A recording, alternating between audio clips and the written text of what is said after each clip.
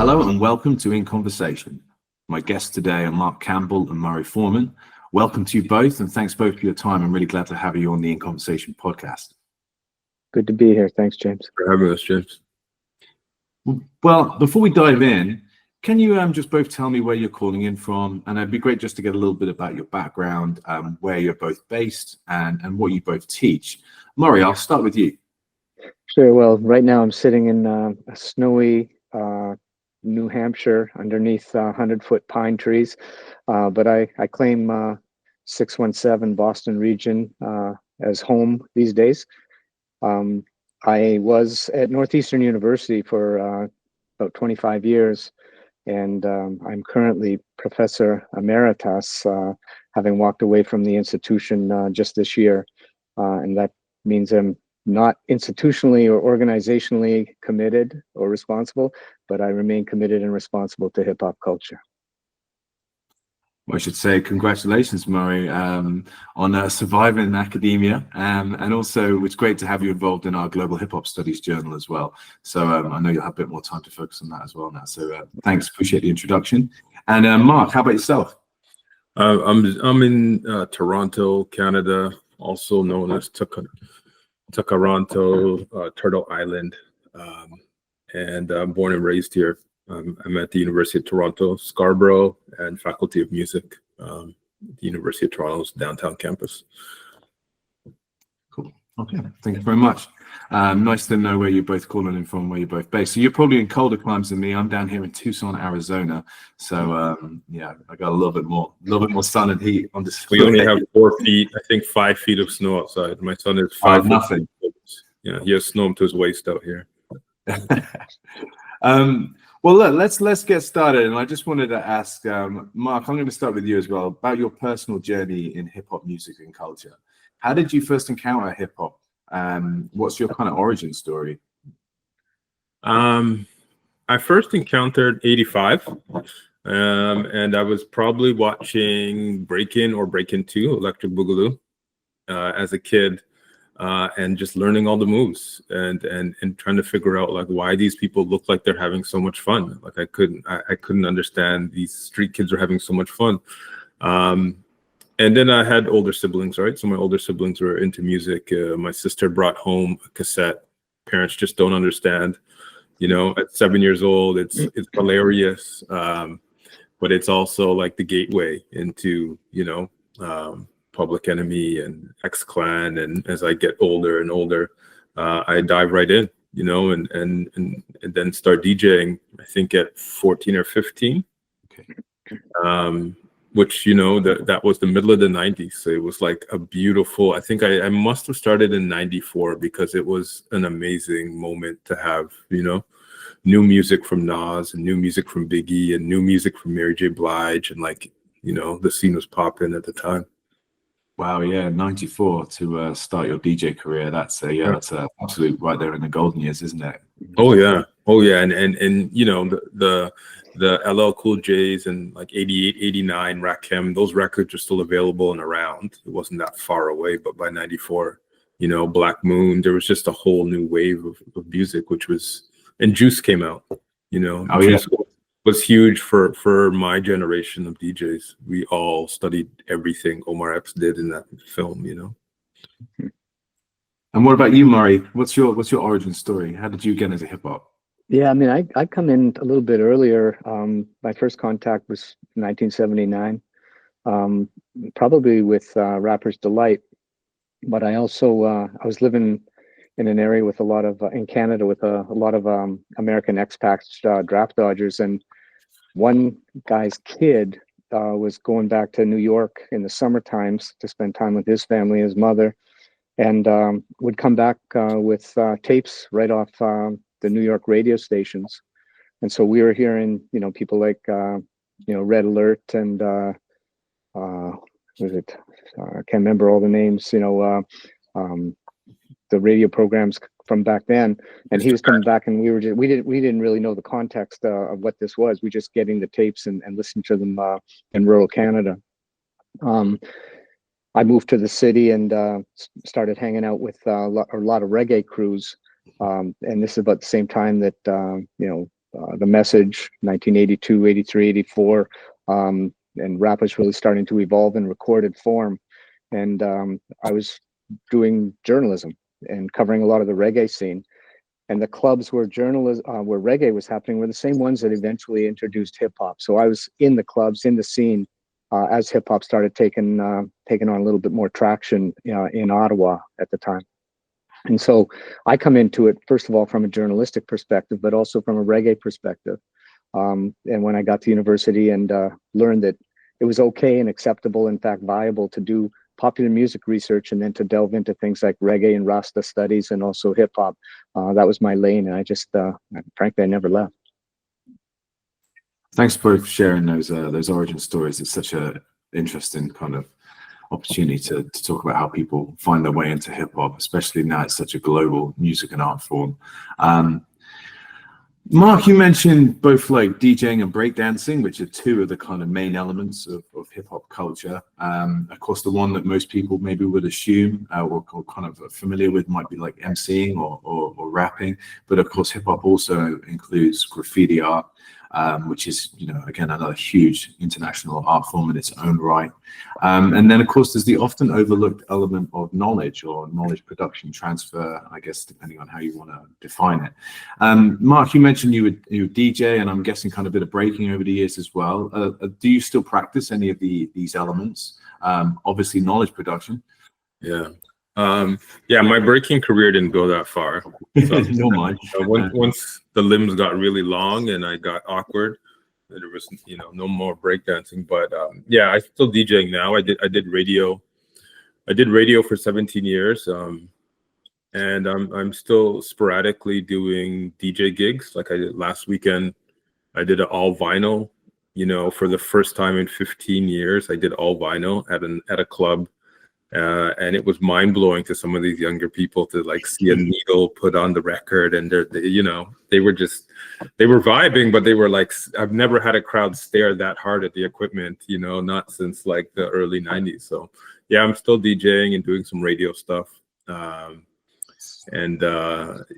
keeping involved, with growing with the community here.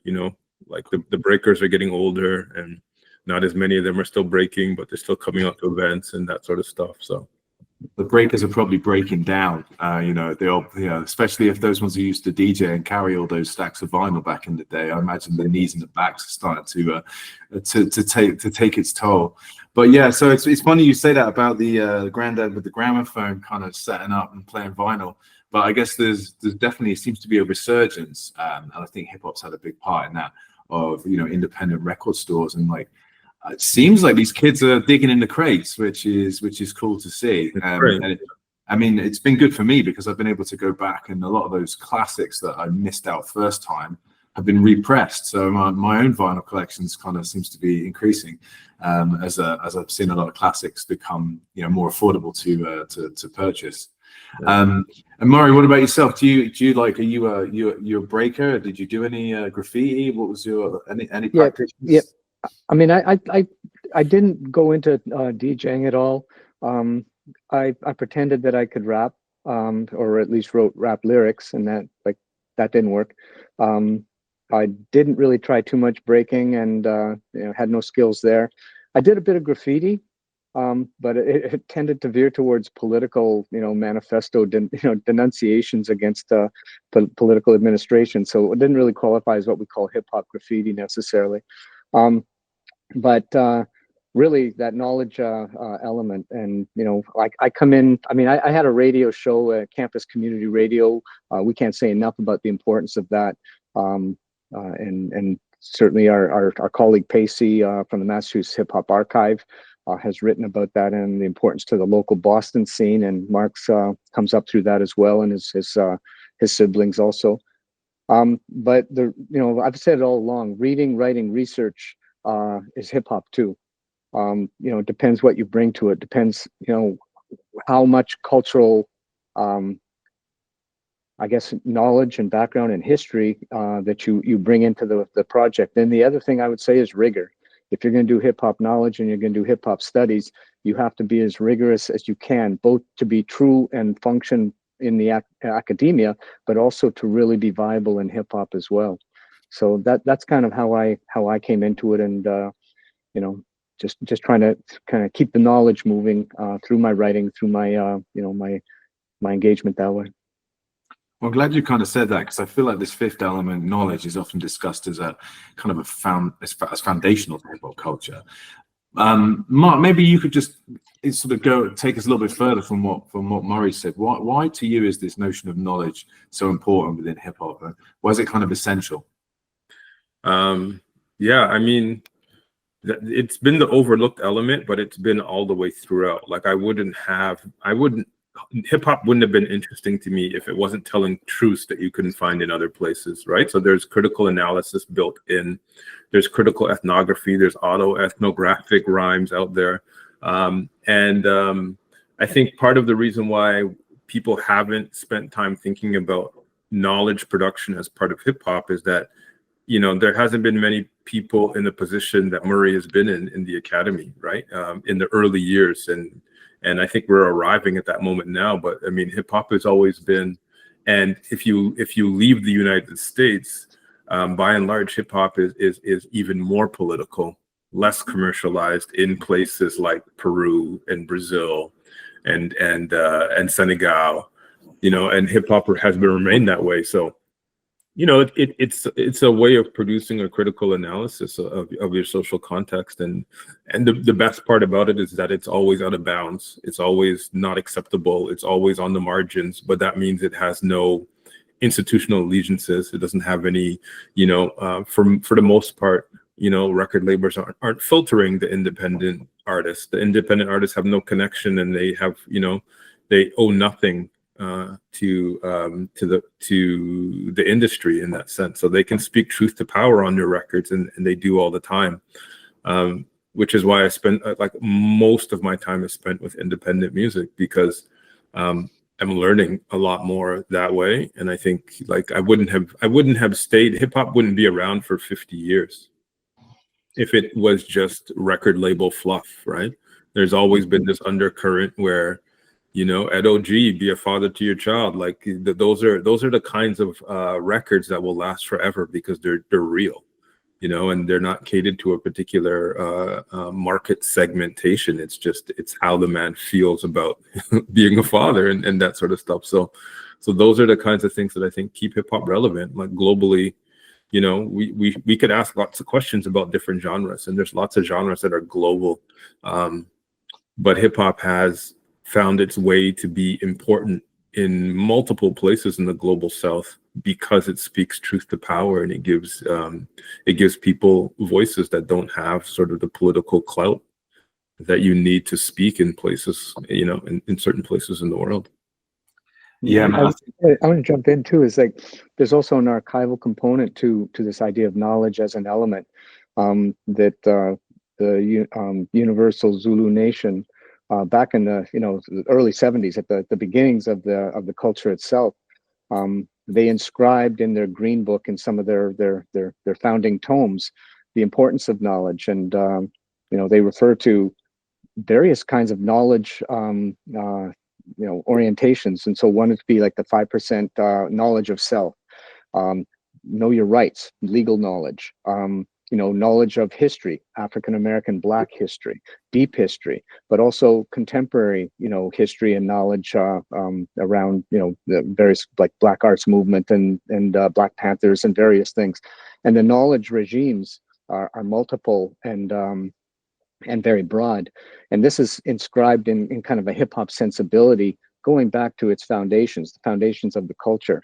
And so, it's been there since the beginning. And, a lot of folks, and certainly a lot of the OGs who take this very seriously, have, made sure that knowledge component is sort of central to the culture as well. That, as Mark says, we don't surrender it just to the commercial industrial fluff. Thank you both for sharing that really important sort of distinction and example, I think, because I think that does stand hip hop almost on its own, and this notion of community, as well as speaking knowledge to power. And I think that international community that's been built up around hip hop maybe people enter or understand it from a commercial perspective, but then they build their own community and start representing themselves and the issues and political issues that are most important to them in their own spot. So I think that's kind of really important, that even while it's probably the biggest music genre and you know the most commercial genre and the most co-opted genre, and you know you have these big battles and things going on in the biggest commercial stages right now, but at the same time there's always that local community and underground that are still sticking to the principles. And thank you for sharing those notions from the Zulu Nation as well. But I wanted to talk to you both a little bit more about archiving, I think, as well. And speaking of knowledge, your research focuses on hip-hop archives. And I wanted to ask what led you down this path specifically. And Murray, maybe I could start with you on that. How did you first become sort of interested in the relationship between hip-hop and archival practices? Now, a couple of things. I think one of the lines I use: if you stick around in almost anything long enough, you become a historian. But part of it is, you know, just like as you know, as I reached into my 50s and crossing into my 60s, and hip hop's been part of my life for, you know, a good 45 years or so. I started seeing that like there's a lot of, you know, emphasis on the historical, and then people like Mark and other individuals really sort of starting to gather the material artifacts, the objects, the you know the documents, these sort of things, and sort of saying this is a culture. It's been around long enough that we want to preserve the material. We want to put it into a context to help tell the story of the past, but tell it in a manner that maybe has a little bit of a preservationist intent, but also that brings hip hop into the present and into dialogue with what's going on today, and that might shape some of the future possibilities. And then I also come from a popular music studies and popular music perspective, and there's a lot of work being done, especially by people in Australia and England, the UK, a lot of work on heritage, popular music as heritage, and so that gave us a lot of what I might call the academic or scholarly template that we could look at hip hop through a very similar lens. And some of that stuff was already happening in the hip hop scene, the collecting, and also the documenting, the way it got written and talked about organically.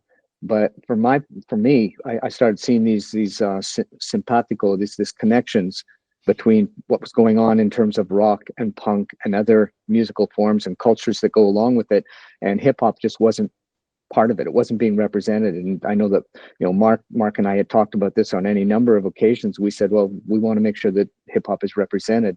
Let's do this.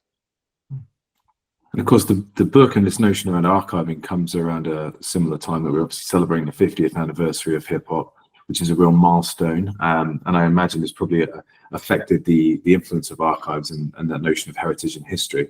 But also we're seeing, for example, Universal Hip Hop Museum and various other kind of institutions, but that seem to be coming up from the hip hop community or culture itself.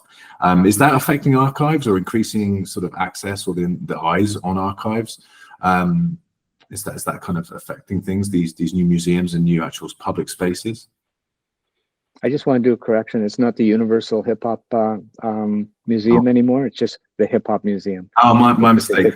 They've dropped the Universal. Oh, I missed that. My mistake. I hope they got a new T-shirt for me now. Yeah, right. Yeah, James, there's a lot of these exhibitions, art galleries and museums globally that are doing this kind of work. And that was one of the impetus for this book. I can say right now, I'm speaking at an exhibition that's happening in Toronto of hip-hop artifacts, Toronto hip-hop artifacts. And it's been put on at the same time that our National Art Gallery or our Provincial Art Gallery has put on a touring show. So we have a touring show. It's largely contemporary art and its relationship to hip-hop. But in this city, in Toronto, at the same time, we have two hip hop exhibitions running concurrently and a bunch of programming. And Toronto's not that big, you know. So what's wild is that when you go to places like Paris, and you go to a city like Houston, there's multiple hip hop archives in that city. So I think part of the work that we're doing and what we're wrestling with is that these institutions don't always work within the culture.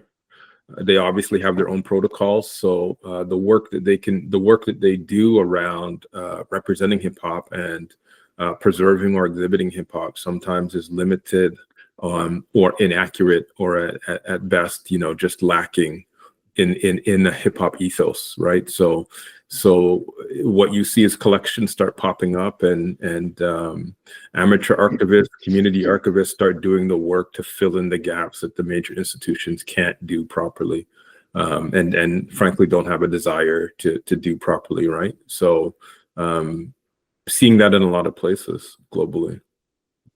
It's like I can point to there's an archival event, an exhibit in Paris, maybe a couple of years ago, maybe 3 years ago, Hip Hop 360, Gloire à l'art de rue, so the glory of street art, and it was really quite something about the history and evolution of hip hop in Paris, in France, and then its connection in a kind of more global, an expansive scale.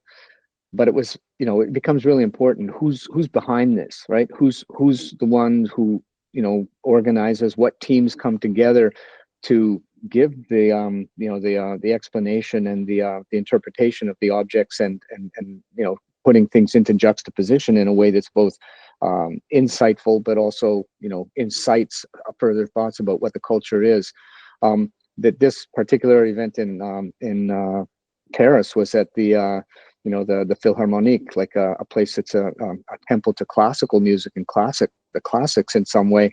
I think was really important, and so this is something that I'm just so happy and proud to be rolling with Mark on this. Is that Mark is doing this in Toronto and in Canada-wide scale, consistently, with all that rigor that I referred to earlier, and so it becomes really interesting for us as archival scholars, as people who are committed to hip hop culture, to look at these other places around the world, around the country, that are doing much of the same work, and sometimes at a large institutional level, like the Philharmonique in Paris, or at this almost like self-made collection level. And we're seeing this at all these different scales, and they have different kinds of approaches, but the value is crucial.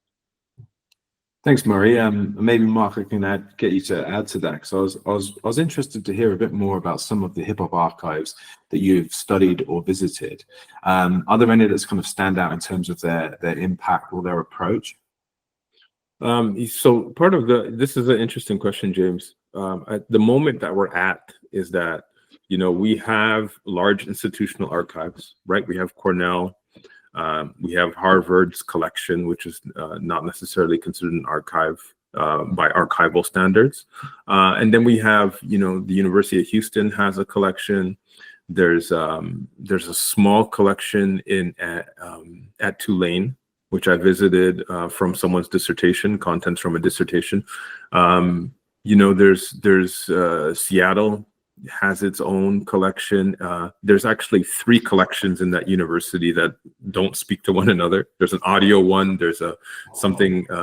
I think there's like a paper archive, a paper collection of magazines and etc. in Seattle. And Seattle's not a big market either. So we're seeing these things happening in a bunch of different places.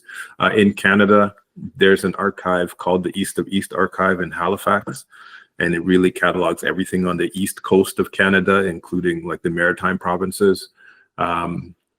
So there's a lot of this happening. And what's interesting, I think, the moment that we're at is that, when Harvard started its collection, it never had a connection to the library sciences. And then when Cornell started their collection, it was deeply embedded in the archive, in the library sciences and information studies. So they're getting all the metadata right, and they're getting all of the stuff online, and they're cataloging it well.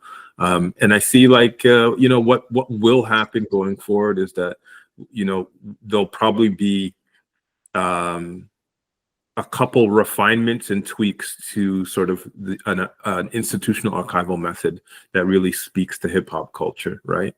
So like an institutional archive, they can catalog cassettes. Could they catalog mixtapes? And if they were to catalog mixtapes, DJs versus turntablists, that's such a nuance that only a hip hop audience would really care about. But then you could dig even deeper in terms of, if I'm going to catalog mixtapes from turntablists, how do I catalog the types of scratches that they're using? How do I, if I want to know what a transformer scratch sounds like, which archive will help me get to that? And I think the direction that some of these collections are going and archives are going is that the ones that are run by members of the hip hop community will be able to add that depth and nuance to make it useful to a member of the culture, and not just like a researcher that's coming to hip hop, but from someone who's in hip hop that wants to do further research. Like, like if there was a collection of breakdance videos, it would be interesting to see in our book. Mary Fogarty talks about threading and the development of this dance move in Toronto. And it'd be interesting to find a catalog somewhere of videos to figure out, well, who was threading in the global b-boy competitions, and what was Toronto's role in the development of this particular practice, right? Same thing we could do with the Transformer scratch and DJs from Philadelphia, and figure out, Jazzy Jeff is doing the Transformer scratch, but also who's doing that around his time in 85, 86, 87 in Philadelphia, So we'll get there at some point, but it's interesting how we still need to develop a praxis of hip hop archiving that's, embedded in the culture, and it holds the values of the culture going forward. That's the kind of knowledge production that this book is gesturing towards and will make possible in the future. Thanks, Mark. It's a great point. And the book, it's called Hip Hop Archives: The Politics and Poetics of Knowledge Production. And I want to get into the politics and poetics momentarily, but you mentioned Mary Fogarty's contribution, and Murray, Mark, I don't know, maybe you guys could just talk to us a little bit about the 4 different sections and some of the contributors that maybe some of the range and depth of materials that the book covers, because I love the way that you've curated the volume into those sections, and obviously you have interviews towards the end, and you have these kind of different sections throughout the book. So maybe you guys could speak to that a bit. Murray, maybe I could hand over to you to get things kicked off. Yeah, I mean, I've sort of had to call up the sections a little bit, just a bit of a reminder. But we, on one hand, we have to go with what we have.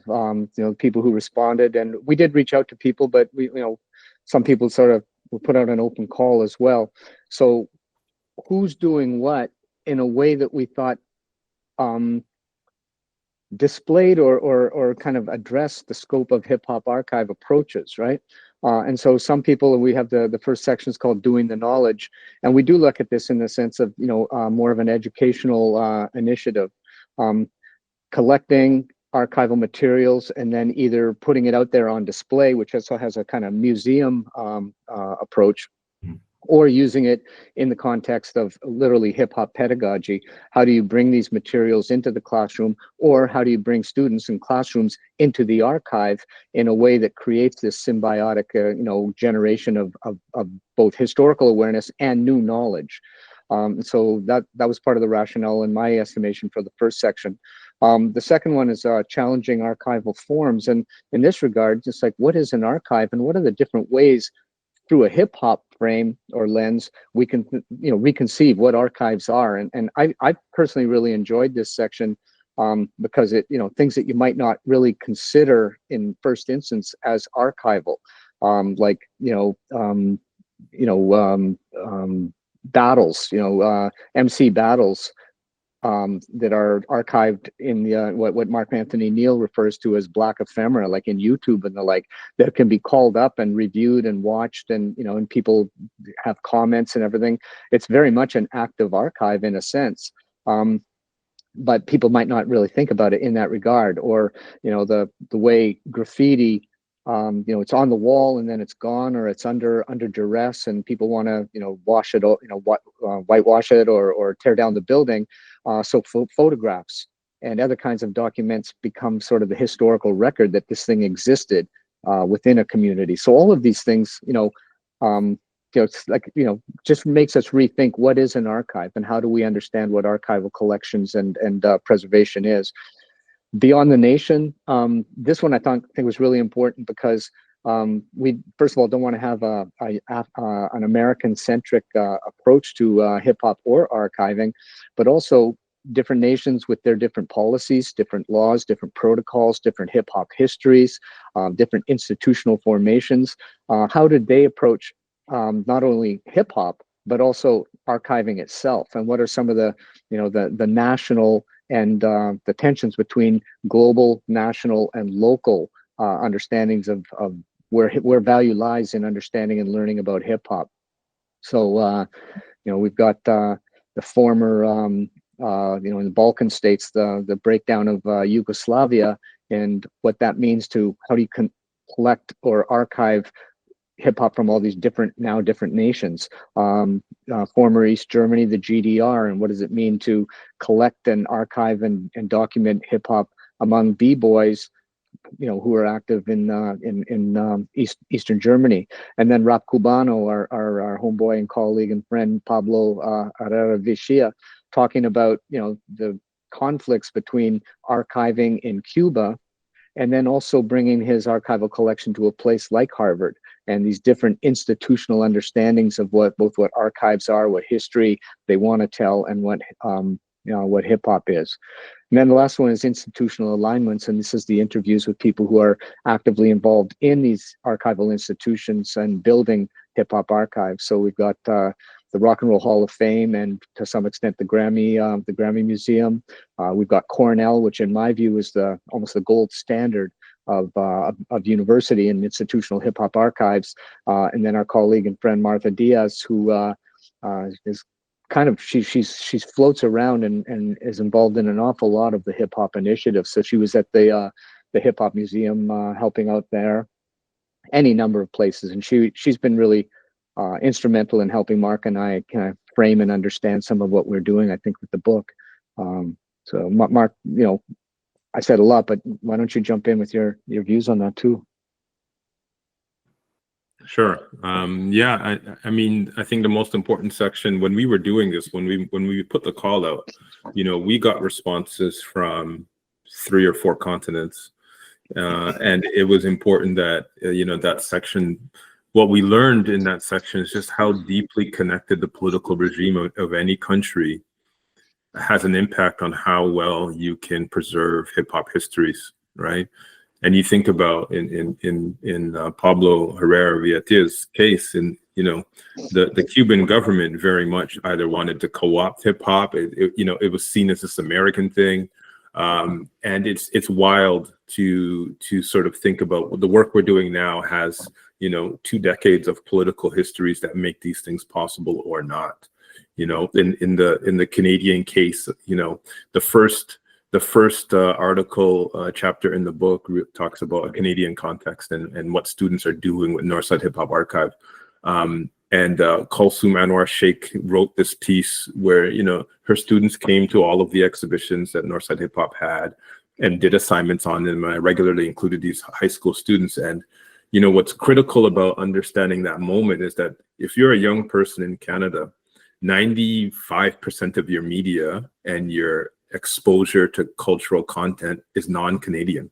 It's US dominated. So you have these young people who could grow up, you know, they could grow up with a particular hip hop artist in their community and not know their history, not know how to get their records, or be unfamiliar with live shows and that sort of stuff. So it was really eye-opening to see, like, this does not happen in a vacuum, even if it's on the margins of society. There's so many factors, like in the Canadian context, you know, Canada is 1/10 the size of the US.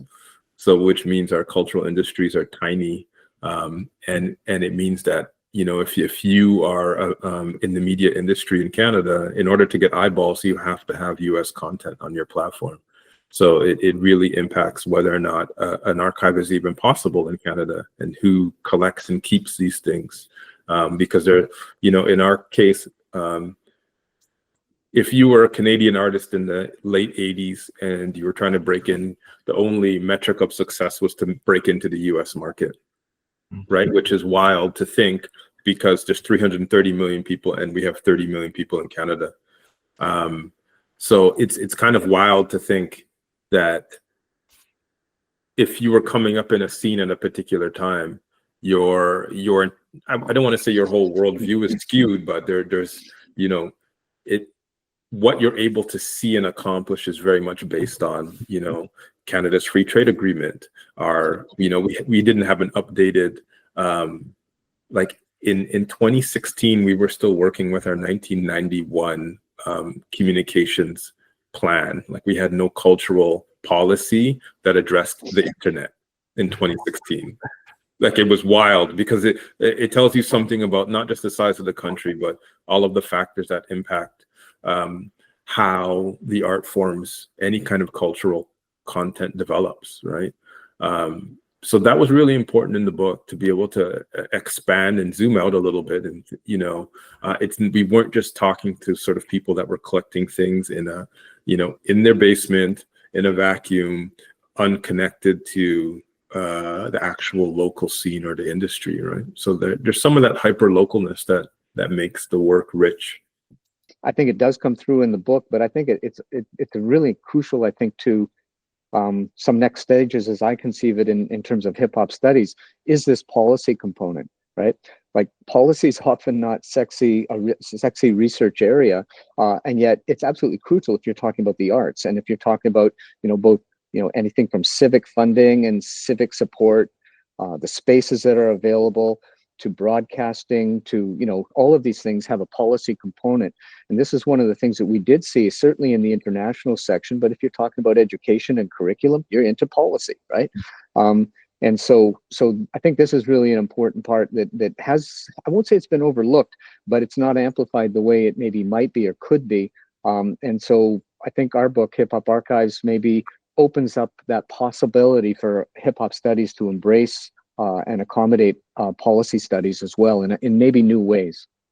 Well, you both kind of answered my next question, which is really about the politics of archiving hip hop. And the volume critically examines institutional power, geopolitical influences, and ideological tensions between hip hop and dominant social values. You've unpacked those themes a little bit, but you know, is the process of archiving hip hop inherently political? And Murray, you mentioned kind of policy. I mean, are these major challenges? Was this a big kind of component of the book to you guys, to kind of unpack these notions?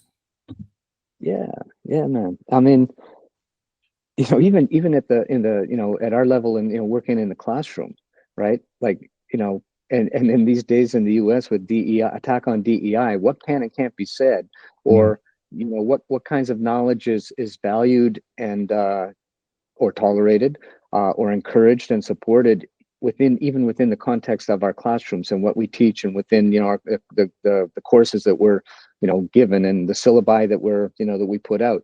There's a political component to that. And that's when we talk about the hyper local, and it's like, we're just talking about us and 25, 30 people in a classroom, right? Yeah. So, but you know, I don't want to overstate this idea of resistance politics, right? It's like, you know, I don't want to fetishize resistance. There's an awful lot of complicity going on too. Like the institutions, you know, they're maybe willing to sort of conceal or you know, sort of dilute some of their political sensibilities, if it means bringing students into the classroom, getting butts in the seats, so to speak. And I've talked about that in other contexts as well. If we're looking at you know, institutions and money, we're right away going to be veering towards some sort of political component, right? It's like, you know, about funding and support and these sort of things, whether it's in our universities or whether it's in our larger cultural institutions. And then the other thing is that, you know, hip hop, you know, certainly the underground stuff, if not necessarily the mainstream stuff, although say there's a ton of politics in the mainstream as well, but the underground stuff is overtly political, right? It's explicitly political. It's about, you know, anti-racist, decolonial perspectives. And this is some of the stuff that I think we value the most. We encourage it the most, and we want to make sure that we embrace it and bring it into the public discussion much more vigorously. Mark, I'll let you jump in, but I was going to just say, hip hop to me seems to be in quite a unique perspective, especially at the moment, as you mentioned, Murray, like the current US administration is obviously having a horrendous attack on DEI and on equity and inclusion. And the good thing about hip hop, in a sense, is that although there's a lot more, you know, corporate interest, and there's a lot more museology and curators and all these, you know, institutions now looking at hip hop, it's 50 and it's in the mainstream and all these other things. But because so many of the archives and things have come out of community and organic kind of people collecting things over the years, it almost like doesn't need or require the approval of these big organizations, and it never has done. So it's like whatever, you gave us a little shine for a minute, fine. Is that a fair assessment that hip hop's actually in a good place to stand up to any of this kind of corporate and political onslaught that we're going to receive from the powers that be?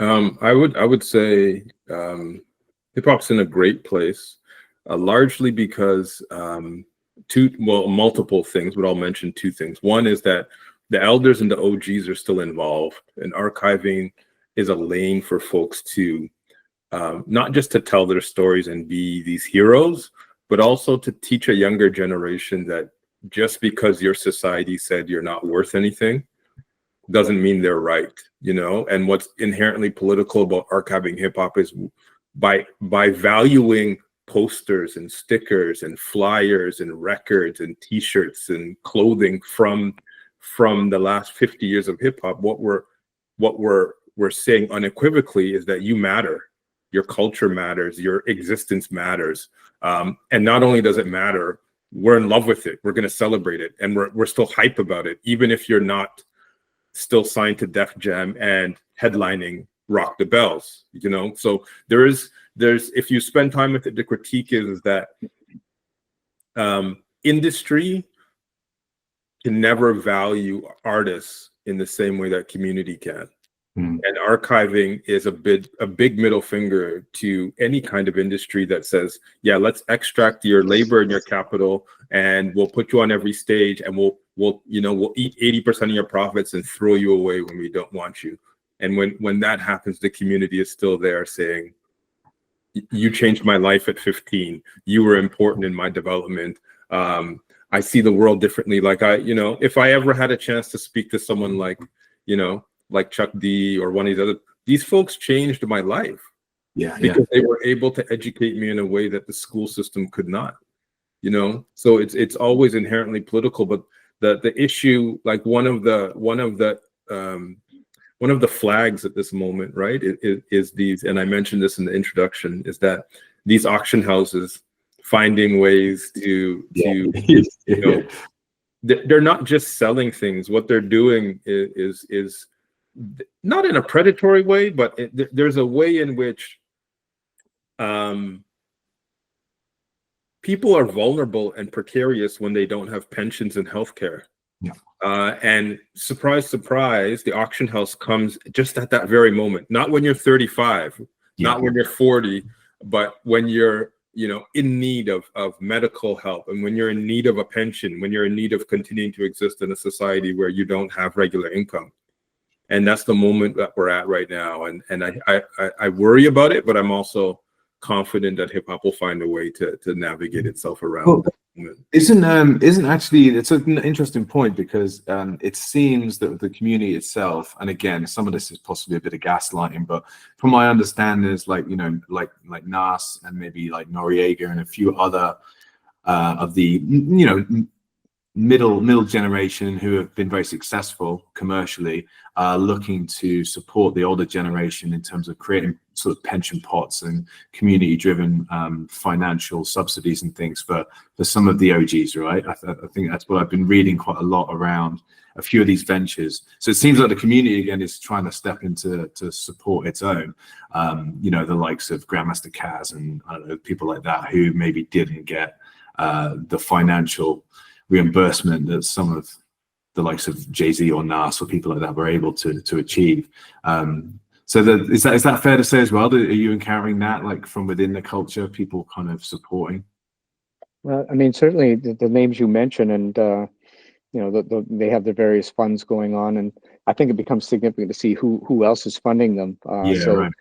Who's on that stage with Nas when they make that announcement. I won't say names, but it's a significant individual. Right. But I think one of the things that's also going on is that a lot of these OGs, they select, or it's a little bit of cherry picking, but there's so many people who are, as Mark says, they never did have royalties. They can't really bank on their performances anymore. Their audiences have sort of dissipated. They may show up now and then. And when they get sick, we don't really see these funds stepping in, but we see crowdsourcing. We see GoFundMe, to pay for medical expenses and that sort of thing. And that's kind of sad. It's not unique to hip hop necessarily, but one of the things that we saw with the 50th anniversary is a lot of these folks who were at the margins, the OGs, the older folks, the people who are moving into the pension years and the like, they did get pulled out on stage. They did have actually, gain access. They got maybe a little bit of, remuneration for their performances and appearances and that sort of thing. But all of them were aware that at the end of that, 2023, at the end of that 50-year anniversary, they said, that's going to all dry up. Mm-hmm. And they say, like, where's that? How do we continue that? How do we sort of ensure that we're, still somehow relevant in the public eye and that we can still survive doing hip hop? The archives are one of the ways that sometimes their participation gives them a new lane, a second act, if you will. We're seeing a little bit of that where they're getting involved. They're not only donating their stuff and maybe selling their stuff via the auction houses, but they're finding new ways as they age to be hip hop. And this becomes, I think, a significant moment. And thank you. That's a really important distinction there, I think. Mark, anything to add to that? No, we've had tons of conversations about this, and it's like what's exciting about this is there's multiple ways that archiving of hip hop will have an impact on the culture, like at the institutional cultural policy level, at the individual community, hyper local, respect the architects, OGs level, and even in the in the production side. Just the use of we're at a moment where new producers are sampling things from the 90s right now. Right. It's wild to me, but it also just means that like certain songs and certain artists will have they'll have kind of that James Brown, hopefully, moment when they get older where someone will sample them and they'll generate some income that way, just from a hyper awareness now of the past and the past being something that is okay to engage in the present. I think that's something if you look at the hip hop industry and the scene, if they're trying to sell you new music, they're really not trying to promote the past. And the best producers and DJs are always digging in the past. Yeah. So there's that tension where, hip hop will always sort of represent the past in a certain kind of way. And it's built into the form, especially like if you're dancing or if you're doing graph, there's OGs that you either pay homage to or you've incorporated some part of their style and evolved that style, so there's so many exciting branches that we're about to venture into. And in some ways, this is it's a great moment for hip hop in that regard. From an archival perspective, is like, if you go through our book and read the various chapters, an awful lot of the references, you can go online and you can Google, this artist, graffiti, dancer, MC, DJ, producer, whatever. You can Google them and get information about them. You can see their performance or hear their aesthetic or whatever. Again, that idea of internet as archive, and several of the chapters take that up. I think it's a really crucial thing. And so the OGs can have a nostalgic moment and go back and revisit things that were meaningful, important to them when in their youth. But the young kids, their children and now their grandchildren can also go back and say, oh, this is where it comes from. I didn't know that. And they can do their homework too. So it's not just incumbent on preservation for the sake of the young generation, the future generation. In fact, all the old folks who sort of haven't done their homework can also go back and revisit these materials. And whether it's nostalgic, whether it's, memory and collective recall or something, or whether it's just, schooling yourself. And it's like, I haven't really taken the time to do the work to understand this thing that I'm in. Yeah. It is. There's a bunch of, I won't say a bunch. There are some people from my generation who they have been hip hop through and through. What I mean by that is they'll get on the turntables, they'll cut an album and they'll spray, right? And those cats are using this archival moment to just deepen, it's like listening to artists maybe you didn't listen to as a teenager because your crew wasn't into it. If you're on the East Coast, like how much DJ Quick or Too Short do you know, right? And it's like for in the older years, I go back to stuff all the time, and I know that you can have these conversations with people in your circle and be like, yeah, I never really took in Muddy Waters 1, but Muddy Waters 2, I love it. I mean, I don't know who didn't take in Muddy Waters, but you know, there's that, we can continue to learn about the culture and get excited about it, because if you go on Twitch, you have these DJs that are doing, you know, Dilla sets. Yeah, you know, the Tokyo release B-side vinyl that no one else has ever seen or heard. It shows up on Twitch, and you're like excited again that, you know, there's new music or other music that other people are digging for and sharing on platforms. Yeah, that's true. I've been encountering quite a lot of really talented DJs who are maybe playing a classic, hip hop classic, and then they take all the samples, either using the stems, or they're actually just taking the actual vinyls and the breaks and the drums and just breaking down like they're live and just showing you, you know, and between that and then, you know, the obvious things like Song Exploder with like Shook Ones or whatever. But I think these DJs who are doing that, that's such an interesting live archival kind of breakdown in a sense. Yeah. So that's really, really, really cool to see. I also, you know, but I don't want to over kind of center the music as well. No, good point. But what we're talking about is like, you know, and I think in the book we are very, very conscious of this, is to make sure that we in fact got the dance and the aerosol art component in there as well. A lot of the conversations, certainly a lot of the scholarly conversations, tilt towards the music, and that, you know, that's certainly the industrial side as well. But you know, if we want to be hip hop in full, then we have to take in these other art forms as well, and they all have a different kind of archival presence. That's interesting you say that as well, because I come from rural England, and it was graffiti that was my entry point for hip hop. And Mark, you were talking about breaking being yours. So, you know, I think a lot of people's origin story actually might not be through the music per se.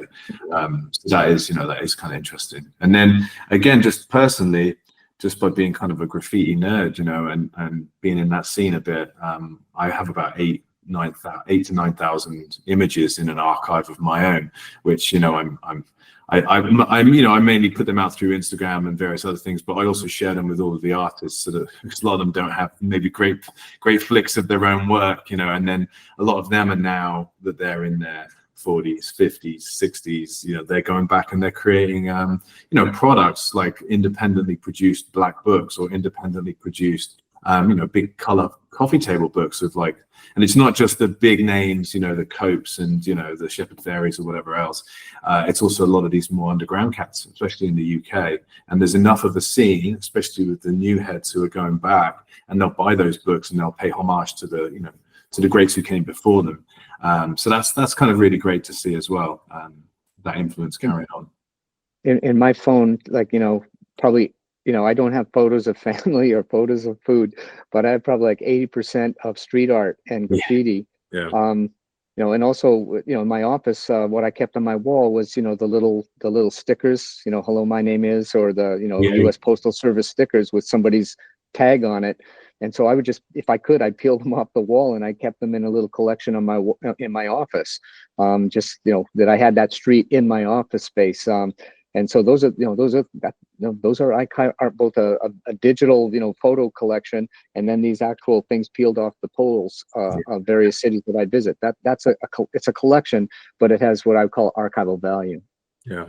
There's so much more we could have done with graffiti, but I mean, what I'm seeing with, you know, one of the artists so James, I just had this show that toured for 3 years on graffiti, like an archival perspective on graffiti. And one of the artists from the show, he grew up in Edmonton in the middle of Canada. Yeah, right. And there was one graffiti artist in the city, and, you know, he did a piece, an homage to that graffiti artist. Oh, wow. And it traveled the world, and we were able to tell this story of this guy named the Lizard King that nobody knew. He was like anonymous, you know, in 87 or whatever. And then we found a newspaper article about it, and it's just like, graffiti artists have that way of being able to speak to the public about not just murals of people that have passed, you know, but honoring styles and lettering and characters that have been picked up along the way, because none of it, you know, you don't have to be involved in graffiti to visually take in, right, and understand character formation. Well, you need to know a little bit something about design to understand the character formation, but you could literally be on the train every day, see graffiti, as you know, James, and just get into that, without knowing any graffiti artists, having no crew, nothing, and just sort of, sit around. Like I used to just sit around and draw all day in high school, and figure out how to get your letters like the ones you've seen on the train, which is a great entry point into hip-hop. Yeah. I got Unfortunately, lost. I worked with. I was doing okay with the bubble letters, but once it got to wild style, I was lost. Yeah. I mean, I gotta say, like, I'm a big graph nerd because I thankfully picked up the camera pretty early in my own career because unfortunately, the pen is not my tool, but the camera, I can snap some nice flicks. But I love the way that with graffiti as well. For me, before like you're saying, Mark, before I knew who anyone was or anything about the different styles, whether it be bubbles or wild or whatever, and the different kinds of designs, you're kind of encapsulated by the aesthetics of it, and then you're like, well, is that name there? Is that the artist name, or are they paying homage to someone else? So trying to learn the language of the visual language or whatever. But you start to look up and around and like in places that you never have encountered things in the city, and all of a sudden the city for me became this entirely different location because I'm looking up everywhere and I'm looking for like where's that reach, where's that spot, and I think that really kind of changed my relationship with like certainly the urban environment, especially coming from a more rural place. It wasn't New York, it wasn't one of these big famous graffiti capitals, and you start to notice, wow, there's such a vibrant scene going on here. But that guy from Edmonton, I imagine he had quite a lot of police looking for him. That being the only guy in one city like that must be dangerous. Yeah. But he had a full wall, like a 30-foot wall. So I don't know if he got permission or whatever, but it inspired a whole new generation of kids that were riding on the train. And shout out to my boy Curly, because he was he was one of those guys that took it to the next level globally, working as a graffiti artist now, like, just seeing the Lizard King, up on the wall every single day coming home from school kind of thing. Well, look, you guys have been very generous with your time, but I do have a few quick time questions for you, just a few little fun ones. They're generally hip hop related. So if you're game, I'm going to throw a couple of questions out there. Just tell me what comes to mind, and we can go from there. I've actually kind of stolen this from Drink Jam, so it is hip hop related in that sense as well. But I wanted to start by asking if you can recall the first kind of hip hop 12-inch, the first kind of single or record you bought. Murray? I don't recall the first one, no. Like I say, the first track I remember is Rapper's Delight. But I don't know what the first one would have been. And in that first instance, when I was getting into hip hop, I was also rural. I can't imagine there was very much available in the stores, and stores is where you had to go. Yeah. So I don't really recall. Cassette tapes were the trade. That stuff recorded off the radio. Well, that sounds pretty hip hop to me. But Rapper's Delight, for anyone who doesn't know, go check that out. An interesting classic with quite a story behind it too. And Mark, what about yourself? Can you remember any influential 12 inches or first record you bought? No, I was because I was a kid. It was cassettes. We were trading these in the schoolyard, Right. But probably the most influential one I got PE Shut 'Em Down, the Pete Rock remix on a cassette single, which was like $4 or $5. It was totally affordable. And just the way that Pete Rock flipped that track, the Shut 'Em Down remix, it was just still one of my favorite tracks today. But in terms of vinyl, when I started purchasing vinyl, man, I don't remember what the very first piece of vinyl was, because like with my DJ crew, there'd be 4 of us and we could all only afford one record. So we'd go to the store, spend like an hour and be like, okay, if you're getting that, then I'm going to get that. And then all the records were mixed together so that we started sharing records. So I'm not quite sure what the vinyl would have been, but I mean, one of the influential pieces of vinyl in my collection right now would probably have to be, from those earliest years, it probably would have to be a Tribe Called Quest record. That was really hard to find. There was a joint called Peace, Prosperity, and Paper. Okay. Just never got popular, but it was just one of my favorite. The drums were just so crispy. Like, I have a feeling Dilla did it and it disappeared somewhere, but it's just one of my favorite tracks. I'm I don't know if I, off the top of my head, I don't know if I know that one, so I'm gonna have to go and have a Yeah, little. it's one of these like one of these secret vinyl bootlegs somewhere that we pieced that's across why Australia, you know. that's why I asked these questions. You see, so our audience is going to be grateful for some of these top tips.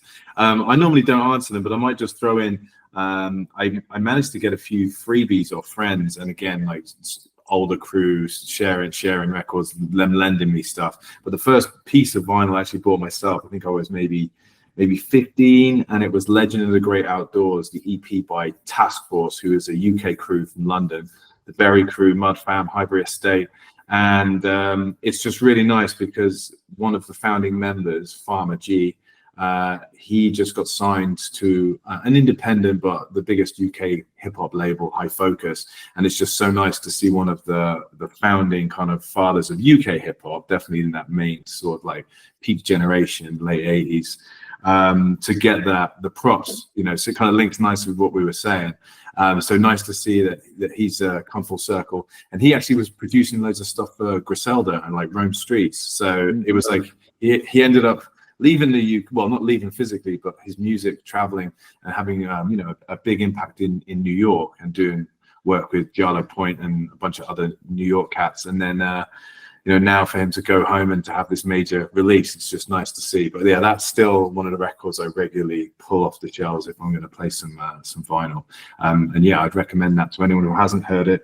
It's got some tremendous bars on there and some great production, and it's quite psychedelic in places as well. It's kind of a weird, like urban outdoors. It very kind of encapsulates like London, and but also like kind of like UK culture, especially from that like early UK boom bap kind of period. So yeah, Task Force, anything by them you can get your hands on is pretty legit. Next question for me though, and I know you might hate me for asking this, so you know, we can take it whichever way you want, but hip hop kind of thrives, as do archives, on kind of rankings and lists and things, and everyone kind of has their sort of top 5. So in terms of, again, not to focus too much on music, but this is a question that often people ask. So I wanted to know whether you have a kind of a top 5 of MCs, and it could be either your favorites for whatever reason, or those you feel who may be most influential or most important to the culture or to your own comprehension of that. Again, it doesn't have to be 5, but if you would like share with people a few of the kind of the MCs that you really respect, that would be great to hear. Murray, I'll go back to you.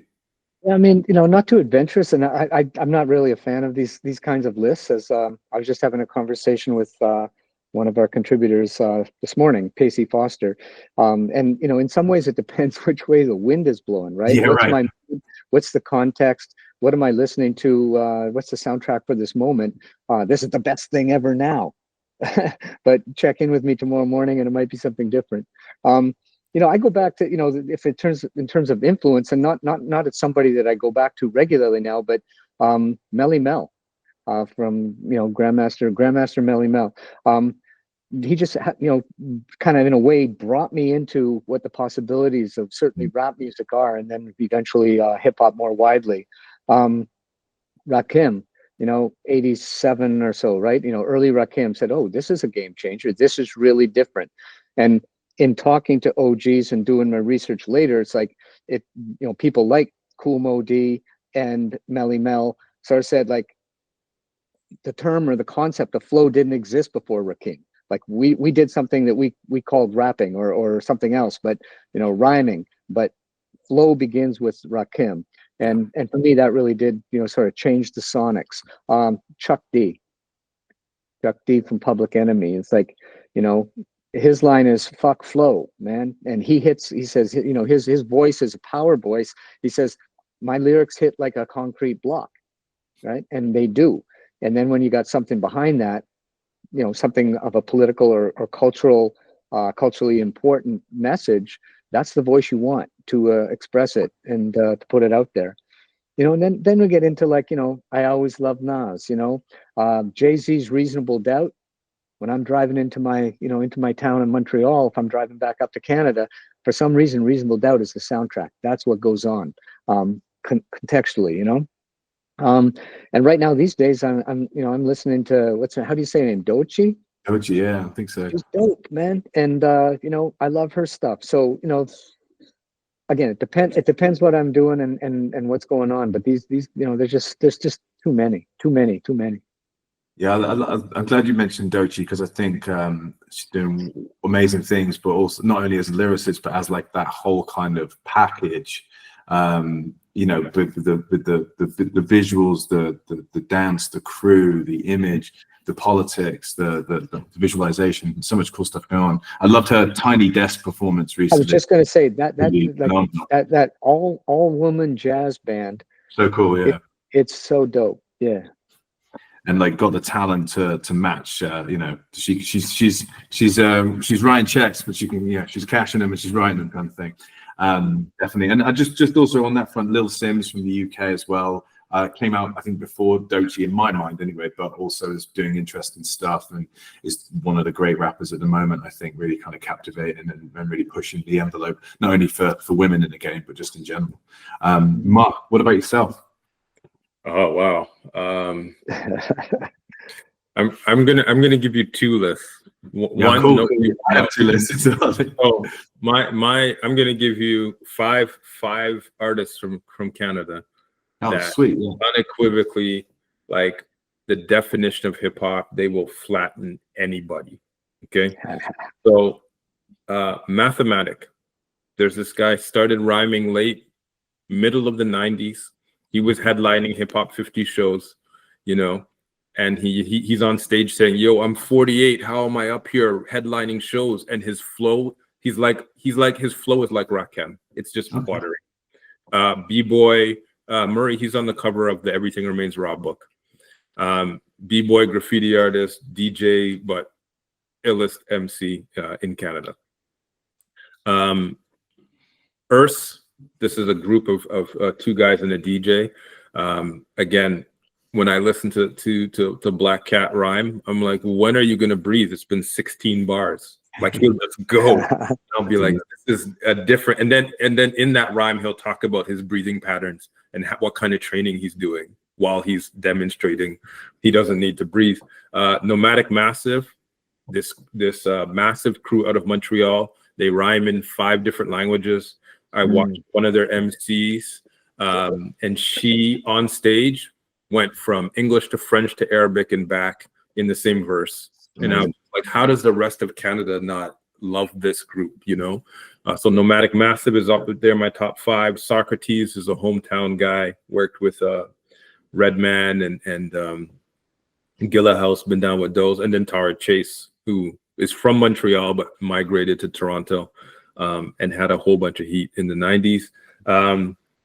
Mainstream American hip hop, I'll say my top 5 has to be Black Thought, Jean Grey, Nas, Pharoah. Rakim is up there up until the 90s, like any of his 90s stuff I was not that impressed with, but yeah. Oh, I mean, great selections, and anyone who doesn't know that much about hip hop or is just finding their feet, these are all amazing examples. I only knew a couple of those Canadian ones too. So that's the beautiful thing about hip hop, is when people start talking passionately about people from their own culture and community, a lot of people might not know that there's these people out there who could, who are up there with the Kendricks or whoever's the hot ticket in the US. I'd maybe just add quickly, like Jest from the UK is a tremendous lyricist, and I'd also, just from my own personal, like Chester P, who's part of that task force crew, again, just because they were both so important to me growing up, and like great kind of lyricists and splitters with great flow and like a lot of comedy punchlines and things. And from the more old school Americans, we haven't mentioned Kool G Rap, and I think you have to throw Kool G into there because of his influence, but also like he never quite made it, you could say, but like a Rakim or like a Kool Moe Dee or someone like that of the same kind of era. But like his ability now still to spit bar for bar with the best is impressive. His new stuff's pretty good as well. I think this is another kind of an archival thing. But if you go back and look at some of the old magazines, I'm thinking The Source and somebody like Kool G Rap, it is represented regularly. He was definitely crucial to the scene. And then you can see the way different artists, who are maybe hitting a little bit more commercially, they have a little bit more kind of a higher public profile. They all would point to him and say, he's absolutely, crucial to the scene and to to the reinforcement of lyricism and the like.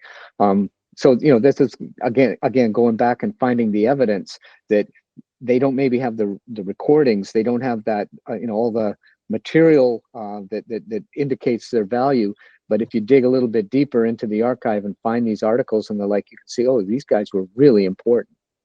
I think Redman is like that as well, just because you mentioned Muddy Waters earlier, and I think that he's a really, really good MC and very consistent, and I don't think he necessarily got the props he deserved at the time. Some might say the same about like Method Man, but then it's partly because of the competition within the Wu-Tang Clan. Wu-Tang was hugely important for me in my early stages of hip hop. So I'd want to give an honorary mention, I think, to the Jizza, because I just love what he does with images, and Liquid Swords for me is such a perfect LP, even though most people might say, Raekwon or Tony Starks. I really love the Jizza, but they're all tremendous. I think as a crew, they're a bit hard to beat.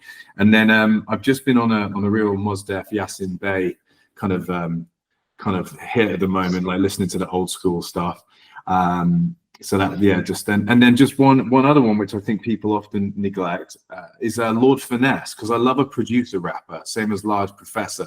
And with Finesse, he's in this weird period, I think, between the kind of Rakims, Cool G Rap, before kind of Nas and Jay and that lot in that New York kind of scene. And he almost slips between the gaps in this kind of early 90s. And I just love his kind of style. He's just cool. He's just a cool dude. And I love some of his images and digging into Crate's crew, and obviously bringing us Big L out of that. But I mean, this is a conversation we could have all day, but to our listeners out there, you need to go and do some homework, because there's some absolute astounding music has come out of all of these different characters. Well, guys, I think that leaves me with just one more question, and that's, what are you both working on now? What's next for you guys, whether it be academically or in your whatever? So Murray, I'll go to you first again. What's going on? Yeah, my bigger project, it's been hanging around for ages.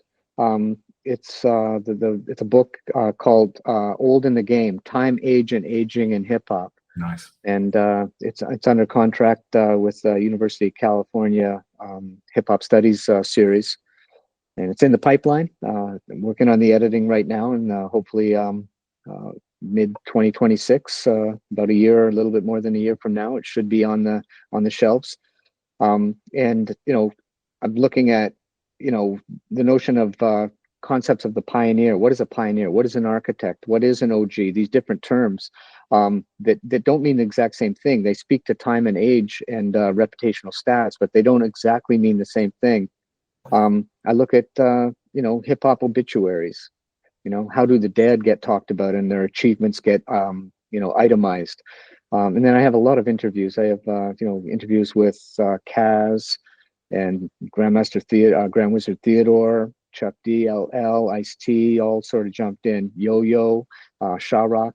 So Say Adams, Graffiti, Kevin Lyles, entrepreneur and businessman. So just to give it that kind of testimonial component and bring their voices into it. And then this is 2024 was the 10th anniversary of the Nasir Jones, the Nas Hip-Hop Fellowship at Harvard. 10 years goes fast, and I was fortunate to be one of the inaugural fellows.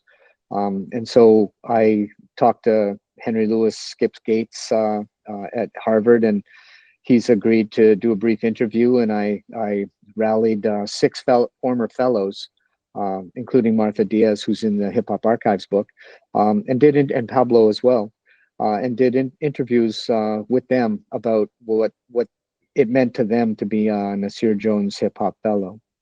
So that's a journal article for Global Hip Hop Studies that I'm working on. Nice. Mark, about yourself? I'm on sabbatical, so I'm not working on anything really. No, I'm joking. I'm just completing the catalog for Still Though, the graffiti exhibition at Northside Hip Hop toured, and I'm working on some music stuff. That's all I'll say. Just working on some music stuff. It's still DJing, but also doing some production and finding new ways to think about preservation and archiving. Well, I want to thank you both very much for your time today. It's been such a pleasure having you on the In Conversation podcast, talking about hip hop archives and hip hop more generally. So basically, Hip Hop Archives, The Politics and Poetics, Knowledge Production by Mark Campbell and Murray Forman is currently available in hardback, but we will be releasing a paperback in early June of 2025. So if you can't wait, go get that hardback right away. Let your libraries know. It's a tremendous volume, and we're so proud to be the publisher of it here at Intellect. But we're also looking forward to getting that paperback out there and to promoting the book over the next year. So thanks both for your commitment to hip hop, to archives, and to this project specifically. And thanks again for your contributions today. It's been wonderful hanging out with you both. Yeah, mutual. Really enjoyed the hang time with y'all. Thanks, James. This is great.